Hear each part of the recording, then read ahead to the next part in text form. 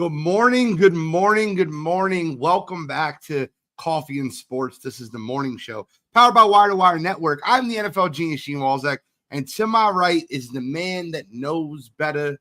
It's Mo Better. How you feeling today, Mo? I'm doing great. Morning, Gene. Morning, chat. Let's go.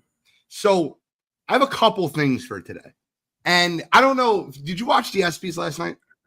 Actually, I didn't, honestly. I heard a lot about it afterwards. I heard a lot about it, though.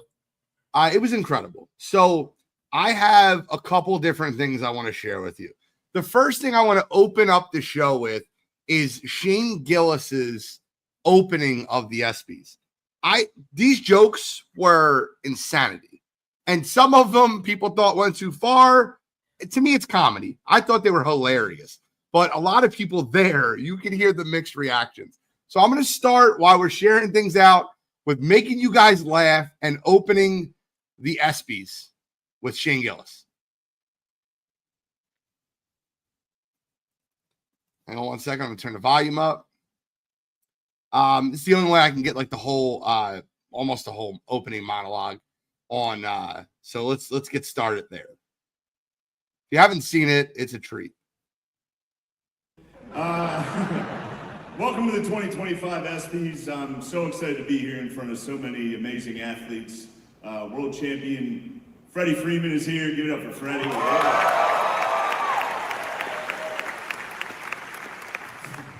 WNBA legend Deanna Taurasi is here. Give it up for her. My bad on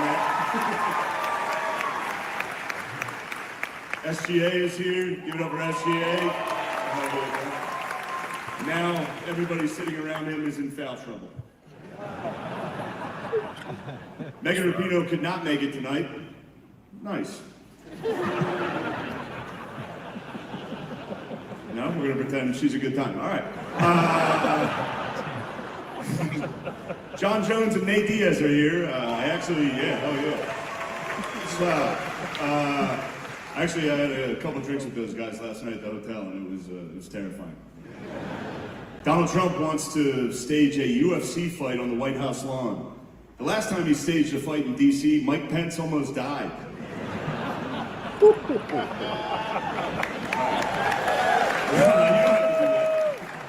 fine. I didn't write it. Actually, there was supposed to be an Epstein joke here, but I guess it got deleted. SGA is here. Give it up for SGA. Hell yeah, bro. And now everybody sitting around him is in foul trouble. Karl Anthony Towns is here. Hey, girl. Wow. Rogan actually wanted me to be here to host this award show so that I could capture Adam Silver because Joe thinks he's an alien. And Donald Trump wanted me to be here to capture Juan Soto for the same reason. It's an alien joke. What are you booed up there, dude? Shut up. When Caitlin Clark retires from the WNBA, she's going to work at a Waffle House so she can continue doing what she loves most, fist fighting black women. Actually, there was supposed to be an Epstein joke here, but as it got deleted. One of the nominees for best team is the Dallas Cowboys. No, I'm joking. Obviously, Dallas sucks. Go Birds. SG.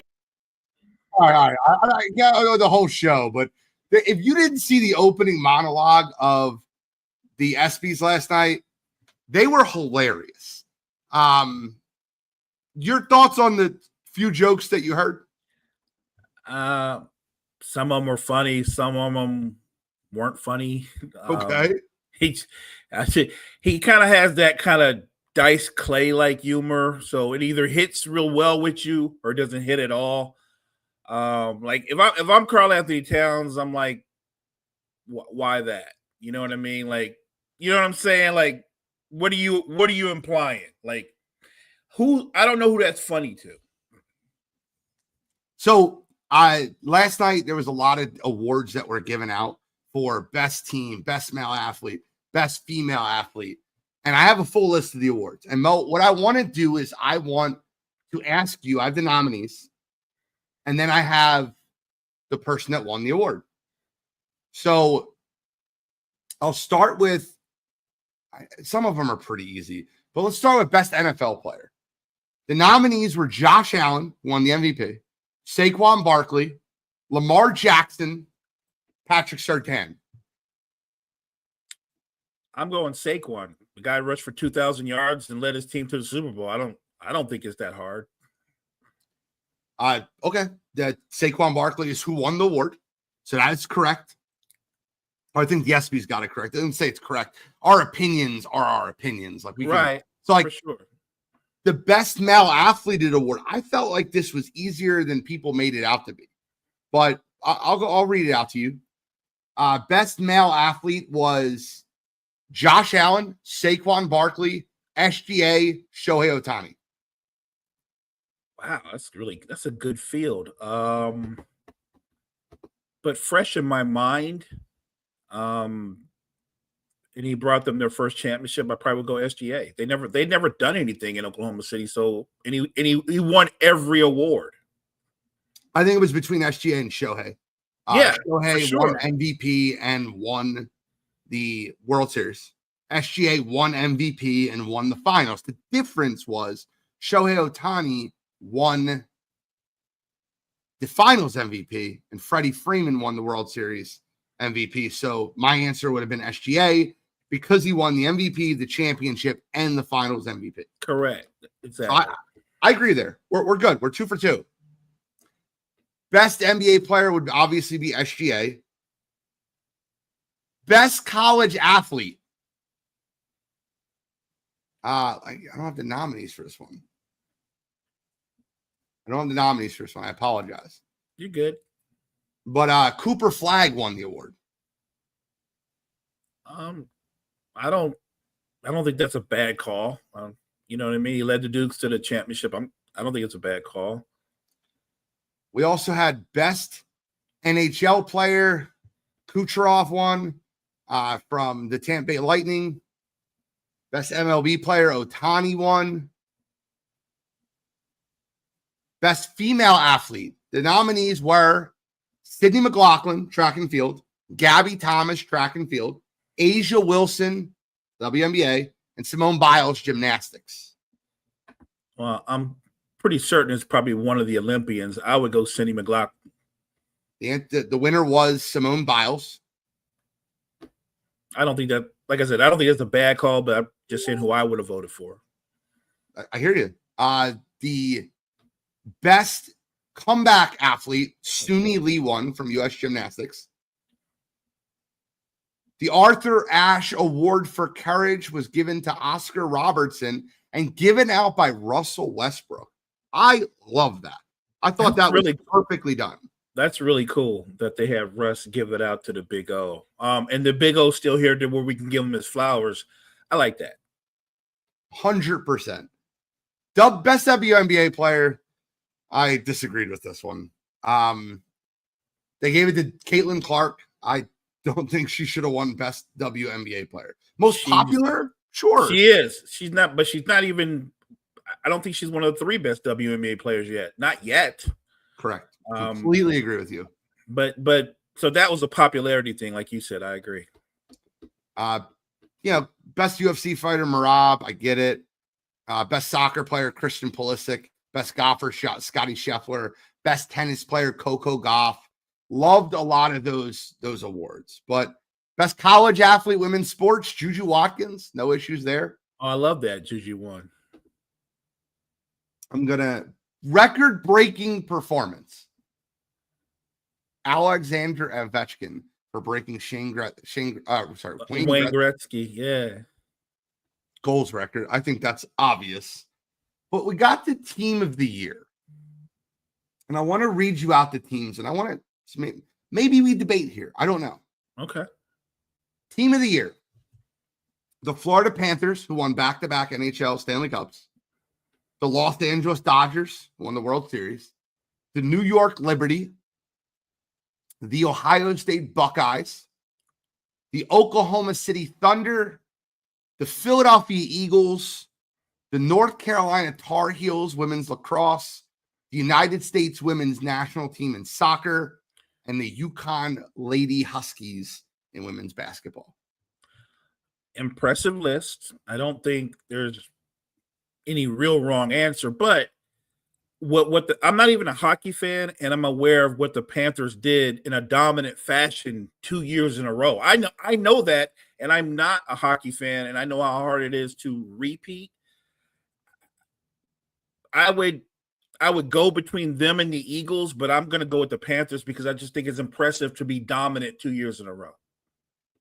So the Philadelphia Eagles won. I think they should have won. I understand the Florida Panthers winning 2 years in a row. I get it.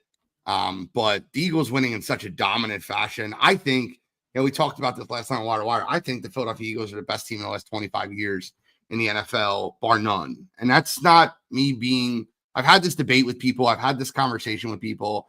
That is not me wearing green goggles. That is me saying, I would like you to name a team that had a top 5 running back, a top 5 O-line, a top 5 wide receiving core, a top 5 quarterback, and the number 1 defense in football. I would just like you to name a team that had that. That's why I believe the Philadelphia Eagles are the best team in the last 25 years. That is debatable, and I can understand that. I can hear that. So to me, that's impressive, and I don't disagree with you from that standpoint. But what would make that more impressive to someone like me is if the Eagles could win more than 1 Super Bowl. I get it, but if it's a yearly award, right? Yes, 1 year. I'm giving them the credit for the year, in a vacuum in 1 year. I'm not arguing that because that sounds good, and you could agree with that. But if they turn around, I don't think they will. But this year, and they win 9 games and they don't make the playoffs, it's just a thing. But it's a thing you can talk about down the road. But it doesn't carry as much weight to me. I give them credit. It's sort of like I think you can appreciate this. The Moses Malone Philadelphia 76ers. Okay. Yeah. 83. How dominant they were, not just in the regular season, but dominant all the way through the playoffs, 4-5-4, the whole line. And you're thinking Sixers about to win like two titles in a row or maybe 3 or whatever. And the very next year, they get knocked out in the first round by the Nets, and then we're not talking about them anymore. So that's all I'm saying. Kyle asks, who's my second best? I will get into that. I think the second best team in the last 25 years is the Seattle Seahawks, 2013. They were 16-3, and they won the Super Bowl by 35 points. I thought you were going to be one of those people to talk about the Patriots team that went 18-1 because even though they didn't win the Super Bowl. Well, it's funny you bring that up because that's the next topic. Carl says the answer is the 2024 Ohio State Buckeyes. I disagree. That's not like a homer vote, is it? Just kidding. Listen, well, also Shane Gillis had a comment about that last night, which I thought was funny. He's like, the Ohio State Buckeyes are up for Team of the Year, but they didn't beat Michigan. And Michigan didn't cheat this year. No punishment for that. We're just going to leave that one alone. I love that he brought that up. But the top 20, Mo, I heard you and Chris kind of get into some of this. You guys talked about the top 10 quarterback list. But I talked about this the other morning, Tuesday morning, and I need to get my say out a little bit more today. The best NFL teams of the past 25 years. Have you seen the full list? I have not. So what they did and I understand they did it by stats, but you need to delete this post. Or not delete it because we're talking about it on popular shows, and I understand that. But the best 25 NFL teams for the last 25 years, how many of them do you think should be Super Bowl champions? All 25. I'm with you. I hear you. At minimum, we'd go 23. Maybe you're like, oh, that was a very weak Super Bowl year, and this team almost won the Super Bowl. I could see you putting them there. But 25 out of 25 should be the best 25 teams, right? That's how I look at it. How about what if I told you only 13 of the 25 were Super Bowl champions? Yeah, that blows my mind. You can't be the best team. I don't want to be Herm Edwards, but you play to win the game. You're not the best team. I don't care if you go 18-1, and if the one is the Super Bowl, then you're not the best team. You had the best regular season and you were good in the playoffs, and you lost the biggest game. You're not the best team. What if I told you that 5 of the teams didn't even make the Super Bowl? That's even worse. That's even worse. 2 of those 5 did not even make the conference championship. Yeah, I don't understand that at all. Are those Homer? Who made the list? So somebody that favors that team. The list was made off of offensive and defensive percentile based off of statistics. Their entire full body of work, playoffs and regular season. So I'm going to read you a list. I'll go through it quickly. The 2018 Rams, who lost 13-3 in the Super Bowl, were number 25. The team that scored 3 points in the Super Bowl. Yeah, I don't know. So this is, and you said this is the top 25 teams of all time of the last 25 years, right? Correct. Best 25 teams the last 25 years. That's what the list is. Well, that list is faulty because only one Rams team should be on there, and that should be I think is it the 2000 Rams, or did they just miss it? Was it the 99 Rams? I don't know, but there's the one Rams team that won the Super Bowl. Then there's the one that came back the next year and they lost the Super Bowl. And that team is still better than the Rams team that is on the list. I hear you. The 2004 Steelers, who went 16-2, lost in the AFC Championship game to the Patriots, 41-27, was number 24. Yeah, I'm gonna just rattle some of these off. Okay, go ahead. The 2014 Seahawks, the Marshawn Lynch year that lost 28-24 to the Patriots, were listed as number 23. This one right here is the one that drives me up a wall. I got to pause on this one. The 2022 Buffalo Bills, who lost in the divisional round 27-10 to the Bengals, are listed as number 22. That's crazy stuff. That's crazy stuff. So my thing is that drives me crazy is the Seahawks team that lost the Super Bowl to the Patriots have a better case. They were actually we all saw how they lost. Like, they literally have a much better case than what Buffalo. I don't know how many teams on the list have a better case than that Seattle team because of how they lost in the Super Bowl. I don't disagree with you. I think me and you are on the same page there. I'll go a step further. Do you know that Bengals team that beat that Buffalo Bills team 27-10? They're not on the list. Of course not. So number 21 is the 2008 Patriots who won. 2008 Steelers who won the Super Bowl. The 2011 49ers who lost the NFC Championship game to the Giants 20-17 is number 20.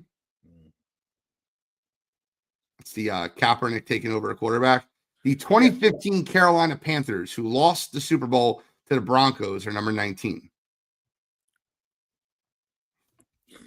This list is so awful. Like, if I was going to pick a Niners team that lost and didn't win it all, it would have been the Kaepernick team that went to the Super Bowl.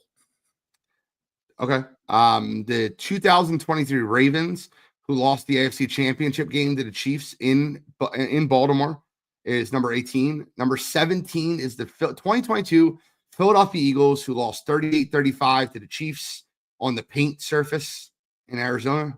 I remember that. I will not get over that. That bothers me still to this day. Number 16 is the 2022 Chiefs, who won that game. So they're separated by one. Makes sense. The game was a 3-point game. I follow. The 2013 Broncos, who lost 43-8 in the Super Bowl. Yeah. Or number 15. Number 14 is the 2009 Saints, who won the Super Bowl. Number 13 is the 2000 Ravens, who won the Super Bowl. Number 12, the 2007 Indianapolis Colts, who lost 28-24 to the Chargers in the divisional round. Stupid. The 2016 Patriots, who won the Super Bowl. That was the 28-3 team that came back. Yeah. Number 10 is the 2001 Rams, who lost to the Patriots on the walk-off field goal. Yes. Yeah, I agree. Number 9 is the 2019 Chiefs. That's, I think, the best Chiefs team. That's the team that beat the 49ers 31-20.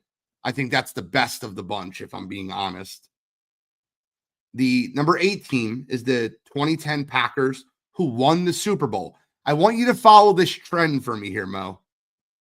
Number 7, the 2003 Patriots, who won the Super Bowl. Number 6, the 2002 Bucks, who won the Super Bowl. Number 5, the 2017 Philadelphia Eagles, who won the Super Bowl. Number 4, the 2024 Philadelphia Eagles, last year's team, who won the Super Bowl.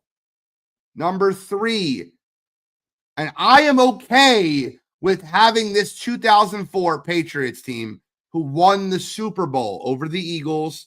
That was Spygate season. They won 24-21, T.O., McNabb. Number 2, who I think is the second best team in the last 25 years, the 2013 Seattle Seahawks, who won the Super Bowl 43-8. They were the number 1 ranked defense in the last 25 years. Mo, who do you think's number 1? There's a name. This is wacky. There's a team that is notoriously missing from this list, and they're number 1.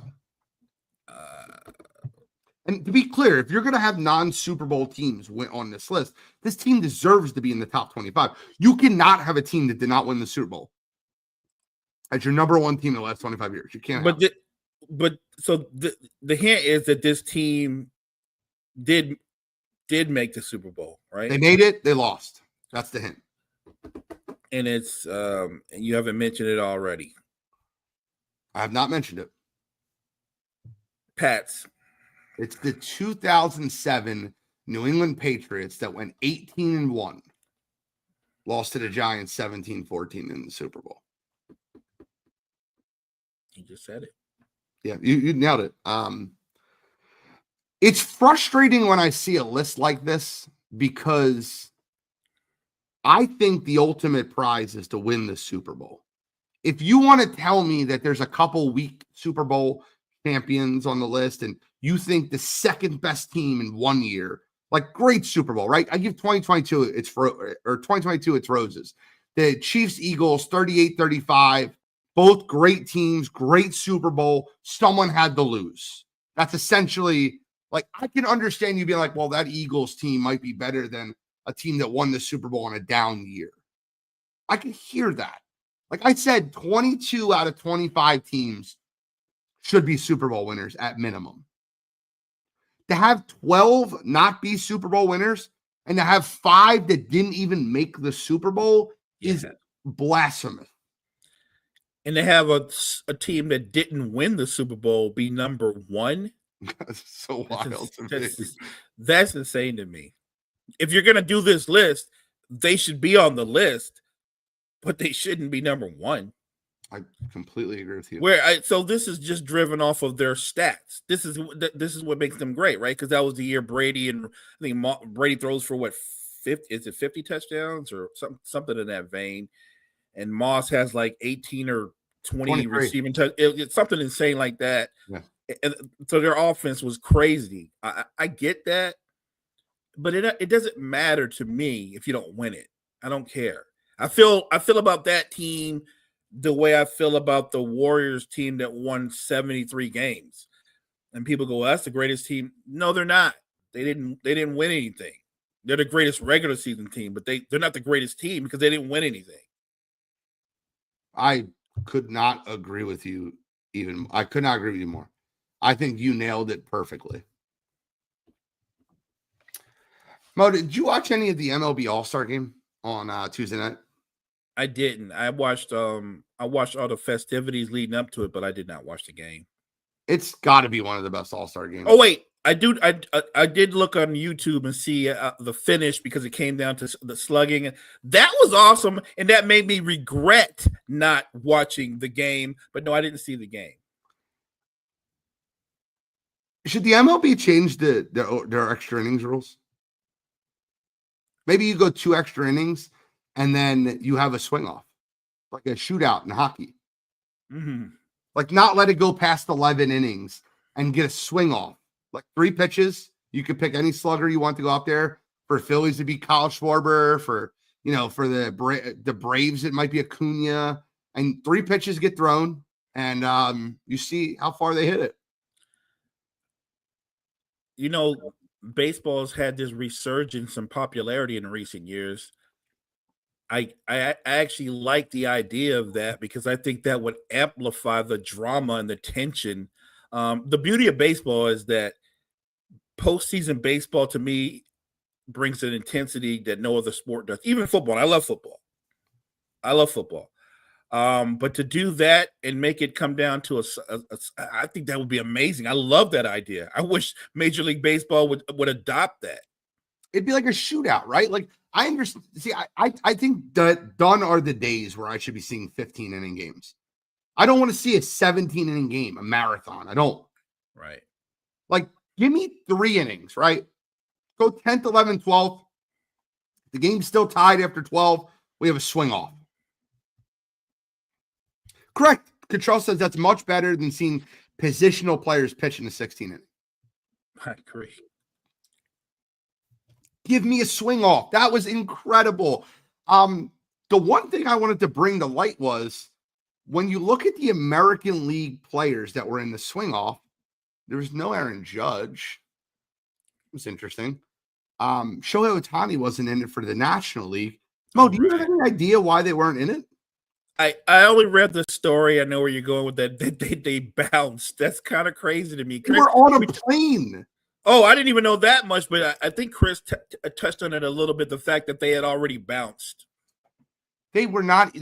They were on a plane by the time the swing off happened. That's crazy.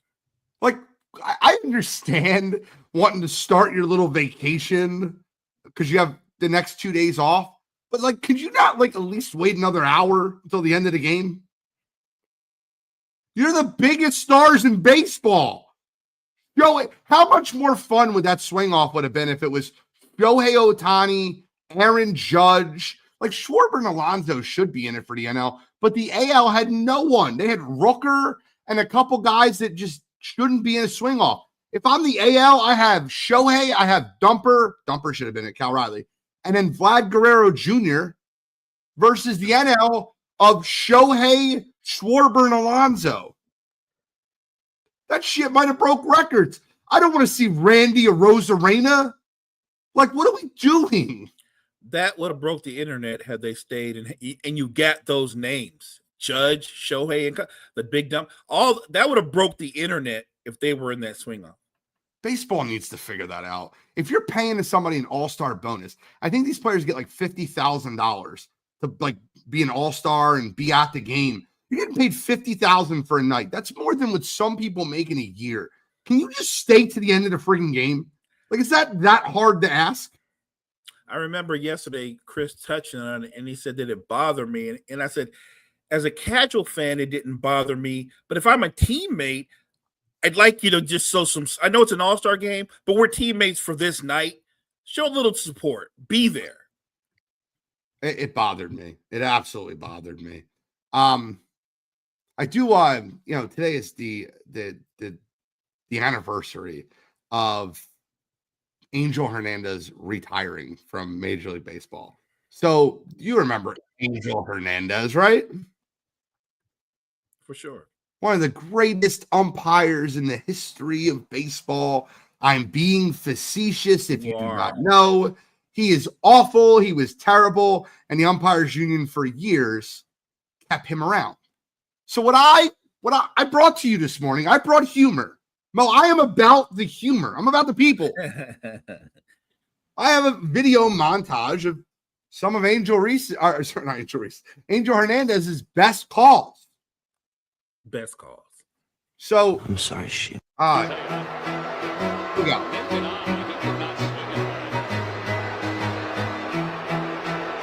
Greatest moment.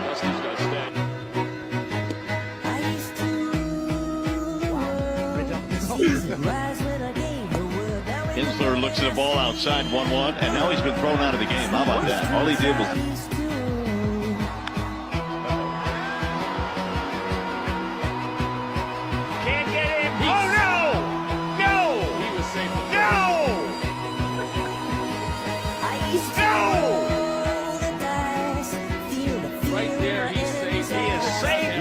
It gets better. Watch his arm foul. Not fair. Forget it. We'll just take that.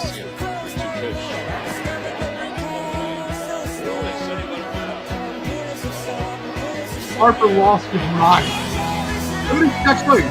Put it around.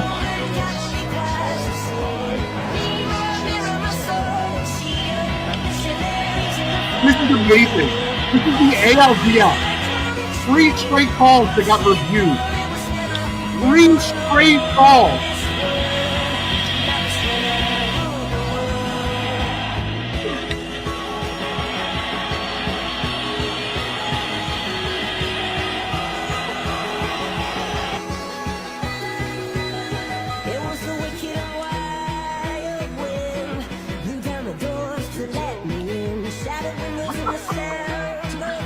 My favorite one. My favorite one.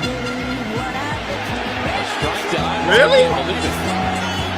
Gotta get much more backdoor than this. Watch this. Call that Mo. strike. Mo. What? Angel Hernandez was a gift. He was a gift. Terrible umpire, but a gift. I remember some of those calls. And the ALDS 3 straight calls, and it was like one of the first years they had instant replay. And it was 3 straight calls. And if you got the call, like the challenge correct, you got another one. And the ALDS, he got all 3 calls in a row. All 3 calls in a row incorrect. And they got reviewed and they got overturned. I don't even know how it's possible. I mean, I get it. Some of them are close. I'm not like no one's perfect. He got 3 straight in 1 inning. I'm with Cottrell. A gift and a curse. Yeah, 100%. Yeah. The Ian Kinsler one is one of my favorites. Did you see the ejection on Ian Kinsler and you're like, why was he ejected? I saw it. Do you know why he was ejected? No, I have no idea. What did he do? Because he was it was a ball. It was blatantly outside. It was like not even close to a ball. And he looked at the umpire to make sure he wasn't going to call it a strike. And Angel Hernandez threw him out for the disrespect of looking at the umpire to make sure he wasn't going to call it a ball. Like, because he was like being facetious, like, you're so bad, you might call that a strike. Right. So he looked back at the umpire and Angel Hernandez threw him out. Bryce Harper got his suspension rescinded over the check swing because of how bad the call was. And then the last one, the strike that he called that was, I don't know, 1.5 feet outside. At least. It's got to be the worst call in baseball history. I thought Bryce Harper was going to kill him. I don't know how they let him get so far down the line without getting somebody in between them. I mean that when I say that. Like, I understand. Like, there's other ones. Like, Schwarber got tossed by Angel Hernandez for, like, you've been terrible for both teams. You've been terrible inside. You've been terrible outside. And he just did the here. And he's like, it's not even just us. It's them, too. And he pointed at the other dugout. Angel Hernandez might have been a curse or gift, but he was a curse. I get it. But he was hilarious. And whenever you had an Angel Hernandez game, you knew something weird might happen. Buckle up. Buckle up. Von Miller signed to a 1-year deal with the Washington Commanders, Mel. Your thoughts? I think that if he has anything left, and he probably does, as a situational pass rusher, I think he can only help them. To me, it's a low risk, high reward move, and he's a veteran. And why not add a veteran to your roster who's been there, done that? I laugh when I heard people go there. Like I heard some pundits go, they're getting Celtic Shaq. And I'm like, no, Von Miller, even now, is much better. I don't think they realize how bad Celtic Shaq was. Von Miller he's not Von Miller from when he was on the Broncos, but he's better than Celtic Shaq. I think he will help that team. I don't disagree with you. I think that he also brings there you go. Okay, end is how I feel about the Von Miller signing.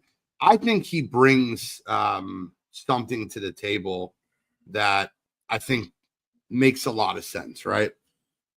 I think that him bringing a veteran leadership to the team, a third down pass rusher, a guy that understands football. I mean, he's not going to get – you're not getting TJ Watt. Like, you're not getting prime Von Miller. Facts. This is Von Miller, but you got to understand what you're getting him for. And I'll give Dan Quinn credit. He got a lot out of Bobby Wagner last year. A guy that most of the league thought was cooked. I did. And Bobby Wagner went over there. Him and Frankie Louvu were one of the best linebacker combos in all of football. So I trust what Dan Quinn does on the defensive side of the ball. I'm telling you right now, this Commanders team defensively will be much better. Dan Quinn defenses are always they're always feisty defenses. They're always tough. They're always hard-nosed. They're always head-hunting. They're always trying to give you a concussion. Cottrell said T-Mac on the Spurs. I just think, though, first of all, I think you forget how bad he was on the Spurs and how bad Shaq was on the Celtics. If Von Miller has 3 sacks, if he has 1 sack, he's better than Shaq on the Celtics. But if he has 3 or let's say he has 5 sacks, but he has a lot of pressures, he impacts the game. I think it's worth it. I think his leadership is going to make a big difference. He's an NBA comparison. Maybe he's Udonis Haslem for the Commanders.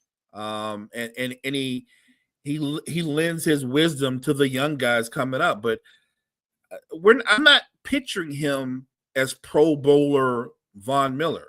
I'm not crazy about that, but I think he has more in the tank than Tracy McGrady on the Spurs riding the bench, or Shaq looking like he was close to 400 pounds, which is why he blew out his Achilles on the Celtics. I think I rely on his dedication. I'm sure Von Miller's in great shape. So, and I know he knows going there, he's a situational player, probably like you said, a third down pass rusher. If he just provides a lot of pressure and somebody else gets the sack, that's still valuable. I completely agree with you. And I also think his leadership will bring a lot to the table. You're not asking him to be a 3-4 down defensive lineman. You're asking him to be a guy that brings something. Yes, he's injury prone, but if he gets 15 to 16 snaps a game and they're impactful snaps, and he understands how to use leverage or help a younger guy or break into a double team to get Frankie Louvu around the outside, it's a good signing. Mo, I wanted to give this the time it deserved. Have you seen the Joel Embiid article? I have not. So yesterday at 9:45 a.m., it happened during the morning show, and an article got posted and said, Joel Embiid sees you. And there's a huge article on him on ESPN. And I didn't get a chance to read it until last night, so we didn't really get too far into it last night on Wire to Wire. But I have some excerpts from this article that I just can't. I need to get your opinion on. You're one of my guys. You're my basketball guy, and I want you to hear these things. And I don't know. I would love your thoughts, if you don't mind. For sure. All right. So, first he starts, the article talks about his friends being protective, verging on paranoid. They see Embiid as he sees himself, as someone beset on all sides, which is to say they love him on his terms. When you have his trust, it's kind of intoxicating. It's like you penetrate the force field that nobody gets in. So I ask him right away, who do you trust? Embiid says, silence. I mean, he looks at me, a sharpening of his attention. What do you think? What do you think you know? I have never been one to have a lot of friends. And even then, with the ones that I consider close, I never try to go deep into anything. Why? Quiet family, dad extremely quiet, mom quiet too. From the moment that I was really young, you could really never open up about anything. So he brings all this up to bring in, and this interviewer does a great job of getting him to bring in the fact that he wanted to talk about the situation that happened last year. And the fact that Maxey called him out and that it got public. And Embiid says in the article, whoever did that's a real piece of shit. And then he said, I found out who did it. He's like, I found out who did it, and I know who did it, but I'm not. What's in the past is in the past. So the interviewer goes on to ask him, like, well, okay, who did it? He goes, I've done way too much for this city, put myself at risk. I've done way too much for this effing city to be treated like this. I don't care if the NBA wants to fine me 1 million, 2 million, 5 million, 10 million. I would still do it. If he walked up to me just like he did, I would push him away again. Talking about the article where he basically pushed away a journalist for the Philadelphia Inquirer for asking him about a couple of different things. But he goes, I know who leaked it. And B tells me after a late night conversation, the reporter goes, you do? He goes, yeah, but I'm not going to the past. The one thing I'll say is it's hard being around people that do sorts of stuff. That goes back to the trusting. Once you cross that, you can't expect me to be a part of a team meeting again. That's just not going to happen. The way you're talking, it sounds like the person is still around. He goes, I don't know. Come on, Joel. You know who's on your team right now. Free agency just started. I don't know what's going on. So there's a chance this person may still be around next season. No, there's a chance they're still around. So I want to be clear. I want to stop. There's only 3 players that he could be talking about. They'd have to be on the roster when it happened. Right. There had to be free agents this year, and they'd have to have the potential to still be around when the article was written. The 3 players are Eric Gordon, Kyle Lowry, and Kelly Oubre. That's it. Now, I guess you could say Gershon Yabusele, depending on when the article was written, because he was a free agent earlier and he signed with the Knicks. But I don't know when the article was written. They're the 4 guys that you literally, I don't want to tell you who it is, but here's a multiple choice question of who you think it could be. Your thoughts on his comments so far? My initial reaction is listening to his response and the things that he said. And I believe you can correct me if I'm wrong. Joel Embiid is 30 years old or 31. I'll get you right now. I think he's 31. I mean, for a guy that's been in the league as long as he has, he shows a lot of emotional immaturity. I hear a lot of emotional immaturity and lack of accountability, and paranoia. Basically, you trust no one. And it's clear he's not a leader, and he sees what he's done or not done in Philly. He sees it in a higher light than I would when he said, all I've done for the city. You haven't done anything for the city. You won an MVP, but that's not for the city. That's for you. You haven't delivered on a title. You haven't played in a conference final. So I don't think you've done anything for the city. If anything, I would say the city is wanting. They're waiting for you to deliver on the promise of what you are. Like if you're fully healthy, no doubt in my mind, Joel Embiid is one of the 10 best players in basketball, fully healthy. I don't know how you could dispute that, but how long are you going to stay healthy? If you're healthy, and more importantly, if you're healthy and you go into the playoffs and you come up short, what are the excuses then? Because there's always an excuse. I just think he lacks a lot of self-awareness, and clearly for a 31-year-old man, he's very immature. So it goes on in the article to say, and I agree with you, by the way, no one even knows this, but James is not talking to me. Embiid told ESPN in a lengthy interview.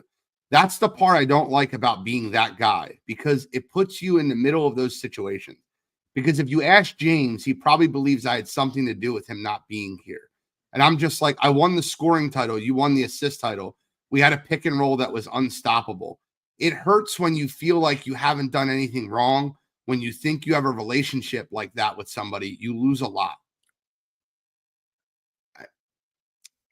I think James Harden has more of an issue with you calling him out after a poor playoff performance. I agree. I don't think that had anything to do and he's saying, well, he's holding James Harden accountable when you have to be the guy to hold people accountable. You cannot be the guy to hold people accountable, Joel. You can't. Now, I'll be clear when I say this, right? The first time he did it with Ben Simmons, I was like, I like that because it was the first time I'd seen it. When he goes, I think the momentum in the game changed when we had a wide open dunk and instead took one of 2 free throws. That was him calling out Ben Simmons. I'm like, okay, I'm all right with that. I was fine with the Joel Embiid that was crying on the floor after losing in the Toronto series because that's how much he wanted it. Then every year, the next year it was, well, me and James can't be the only guys that are doing stuff. It's got to be more than me and James. So Tyrese Maxey kind of took that to heart, went ham in the offseason. The next year, it was James Harden has to play better in Game 7. And he called out James Harden. And then James Harden basically doesn't get re-signed to the 76ers for the deal that they promised. And James is not talking to him. Why do you think that happened, Joel? Do you think it happened because you called him out for accountability? Or do you think when he was in a contract negotiation, you trashed him in the media? Both, right? Like you threw him under the bus and you made it easier not to sign him, right? You kind of set him up for failure. And he has no clue that he's done that. Again, like I said, no self-awareness, no accountability. I'm with you on how he approached the Simmons thing. I still can remember the Atlanta, some things stick with you just as a basketball fan. The Atlanta series, it wasn't just that they lost the series. The Atlanta series dismantled that team. And I would argue it effectively, mentally, dismantled Ben Simmons. It was the end of Ben Simmons being a perennial all-star, a guy that you could book for 16, 8, and 8. And all the things that are good about Ben Simmons went away because he was mentally fractured and never recovered from that. I don't think Philly recovered from that as a whole. And I look at Joel Embiid, and I don't root against anybody because if Joel Embiid is healthy and he's playing like a top 10 NBA player, then Philly's going to be a better team, and it's good for the NBA. So I root for Joel Embiid to be healthy and play all through this, all those things. But he has to take some accountability for his role in the successes they have or the failures and shortcomings. Yes, James Harden needed to play better in Game 7. So did Judah. So did you. And you could have played better in some of those earlier games where Harden played great, and you didn't. It kind of goes hand in hand. I agree. Ando said the Atlanta series ruined the 76ers. Yeah. The one point I want to bring up is, and Joel talks about this, and he didn't talk about this specifically, but what stands out to me the most is he was in the Boston Celtics series, the series that they had they could have won. They were up 3-2 and they had a home game in Game 6. But in Game 2, PJ Tucker smacks him across his chest and goes, "You're Joel Embiid. Go in there and dominate. Stop letting Al Horford push you around. Stop playing." And I'll never forget it. It was at the free throw line, and PJ Tucker smacked him, like hit him. Like, what are you doing? And, he played more aggressive down in the next few games. And I don't think that if you're this much of a superstar player, you should have to have a player like PJ Tucker smack you to wake you up. So the last part of the article I want to talk about, the last part of what bothers me is he said, I don't care what the 76ers want. I don't care what the organization wants. I'm going to play when I'm healthy. I'm not doing this again. I know my body. What bothers me about that is you really play. It's not like the U.S. Olympic team had to beg him to play. He was campaigning to play. He got his citizenship changed so he can play for the United States Olympic team.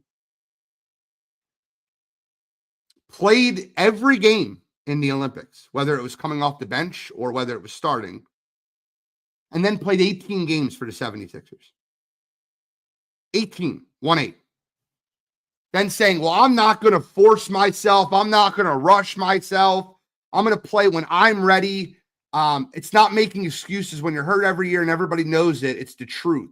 Now, do you believe it was 100%? Do you believe he's like literally trying to ask for? He's literally trying to ask for people to feel sorry for him. He said, if you're in a position to win an MVP, I don't care who you are, you're going to go after it, because I never believed I'd be in a position, first of all. Second of all, when I got in the league, I thought, yeah, maybe I'll have a great chance to be Defensive Player of the Year. I never thought I was going to be this good offensively. He said that I wanted it more than anything, the MVP. Oh, I believe that. Well, no, I believe it also, but that's wrong makeup here. That's wrong makeup in the mind for you to want the MVP more than anything. The thing you should want more than anything is the finals MVP. Facts. Just wanted your take on some of those things. Because as a Philadelphia fan, I'd like to ask people that see this from the outside and what their thoughts are. I think that summed it up. Control, right? More than the championship. Yep, right. That's and so when you value that more than winning, that kind of goes back to the line where you said all you've done for the city. What have you done for the city? Just got paid $50 million to play 18 games. Right. I don't think that's you doing something for the city. Right. And what he's referring to is how many times he's played through injuries, like how he rushed back with the orbital injury. And look, dude, I'll be very clear, he's had some weird injuries, like the orbital injury where basically Markelle Fultz headbutted him in the face and broke his eye socket. Yeah, I get it. He rushed back through some injuries, but you really haven't done anything for the city. You won an MVP for yourself, and you haven't got past the divisional round of the playoffs. That's not doing something for the city. You were a top pick and you're paid max money. Max money. That's not. And I would argue that the city has been more than welcoming and patient with him. Remember, he comes to the Sixers, he's already hurt. You know what I mean? He didn't even play right away. And that's a tough, I don't have to tell you how tough a talent it is. Yeah. They normally would kill a guy. That's how you can start your career. They weren't like that. They were just like, man, when the big fella gets healthy, like this city has supported him. I would argue that the city has supported him through all those injuries. They have supported him. They've been frustrated, but who wouldn't be? But this isn't from a lack of support. This isn't even from a lack of organizational support. That's not what's going on. I completely agree with you. It's frustrating. It is, by the way, the reason I said this before the start of last season, that I would trade Joel Embiid. It's one of the reasons I would move off of him. I get it that you see the talent and you're tempted, but if I was sitting, Daryl Morey should break his code of holding on the stars. I would move off of Joel Embiid. I don't think the reward is going to be worth the wait. This is never going to happen, Gatrell. He said, I would love to see him healthy for 70 games in a full playoff. I'm telling you, Gatrell, that'll never happen. You can be hopeful for is that he plays 45 games and he's healthy for the playoffs. That's what you can be hopeful for. You just read my mind. I was going to say 50 games and he's healthy going into the playoffs. Correct. But if that man plays 70 games, I guarantee you he won't be healthy going into the playoffs. CJ said, I give him credit for playing hurt. I don't think he lacks some heart. It's the killer mentality on the court and the end moments. I agree. The Celtics series showed me he lacks the killer mentality because he spent a lot of it on the perimeter. I don't know what he was doing. That's why PJ Tucker smacked him. He's like, stop shying away from Al Horford. Right. He's a 275, 80-pound man, and you're 25 feet from the basket, and you're bigger and stronger and more skilled than Al Horford will ever be, and you're playing on the perimeter. I didn't understand that. The last topic of the day, and I told you, anytime me and you do a show together, I'm going to bring light to women's sports as much as I possibly can. I mean this when I say this, and this is no shade, no. as much as I want to see Caitlin Clark in the 3-point contest, and now her injury should derail her from that. She should not be in that to begin with. She doesn't deserve to be in the 3-point contest. She's shooting 28.9% from three this year. I think that we need to stop and pump the brakes and see how great of a talent she is, but while in the same respect, understand that you have to earn the things that you get. If I'm the Indiana Fever, I'm shutting her down for a month. A month. And they've already won the Commissioner's Cup. They're already in the playoffs. She's re-aggravated her groin injury. She didn't play again last night. They got blown out by the Liberty. You are not going to be a good basketball team unless Caitlin Clark is healthy. They could be okay. They can rattle around the 7, 8, 9 seed with the players that they have. But in order for them to compete for a WNBA championship, you need a healthy Caitlin Clark. She is 2 for 35 for 3 on the road. And she's in the 3-point contest. I understand the aura of having Caitlin Clark, and anybody with two eyes that watches basketball understands how good of a player she is. But to put her in the 3-point contest just because her name is Caitlin Clark, for her to win the ESPY for best WNBA player because her name is Caitlin Clark is why a lot of non-Caitlin Clark fans hate her, which is not any fault of her own. None. You shouldn't hate her because the media puts her out there. She's incredible talent. But that's exactly what ends up happening is, you put somebody in this situation where I hope they read the stats out. If she competes, I don't think she should. I think the groin injury will keep her out of it. I guess it's just shooting. I'm sure she still could compete. I don't know how that works. But if she competes, I hope they read the stats out. This person's shooting 38% from 3. Right. And then they get to her and they go 28.9% from 3. Your thoughts? My guess is if they get to her, they're just going to say, Caitlin Clark. They're not going to think when she's shooting. My thoughts are, one, the ESPYs didn't do her any favors. No, none. They if anything, they just took away the old bullseye and took a bigger bullseye and put it back on her. They did her no favors at all. Completely agree. And her being in the 3-point competition, that didn't do her any favors either. You and I believe on her own merits and her own talent, she's a talented player. She's a star, a semi-superstar who one day will be one of the 3 best players maybe at some point the best player in the WNBA. But when she wins the ESPY for best player, when she's not one of the 3 best players in her own league, when she's put into the 3-point competition in a year where she's a horrible 3-point shooter, the things that people who dislike her, who hate on her just to hate on her, you just feed them. You just give them fodder. You're not helping her. I thought it was very, what's the right word? When you, last night, A'ja Wilson, during the ESPYs, dropped 37 points versus Dallas, as she was not named WNBA Player of the Year. I just thought that was interesting. Yeah. It's facts. And I like you said, she, on her own talent, she can earn it. But let's let her earn it, and let's call it out when she's not playing well. Like we would say this about any other player. Well, he's not playing well, or she's not playing well.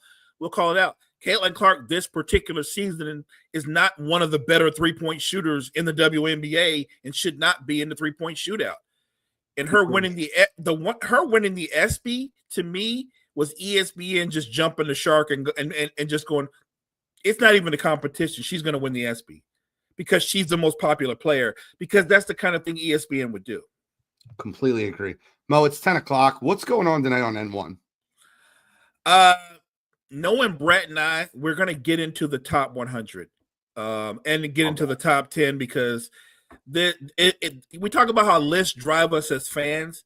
This top 10 list has got a lot of people talking. Obviously, the Kobe stuff is killing people because of the disrespect to Kobe Bryant. So we're going to get into that, I'm sure.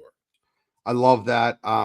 We will be on pause until Monday for coffee and sports, unless you and Brett do a show tomorrow morning, which more than welcome. Always love hearing from you guys.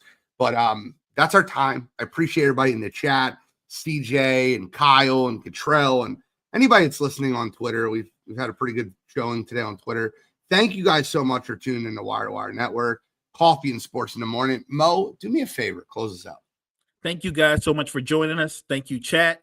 Make sure you check out all the great content we have at Wire to Wire Network. Wire to Wire Network, we appreciate you.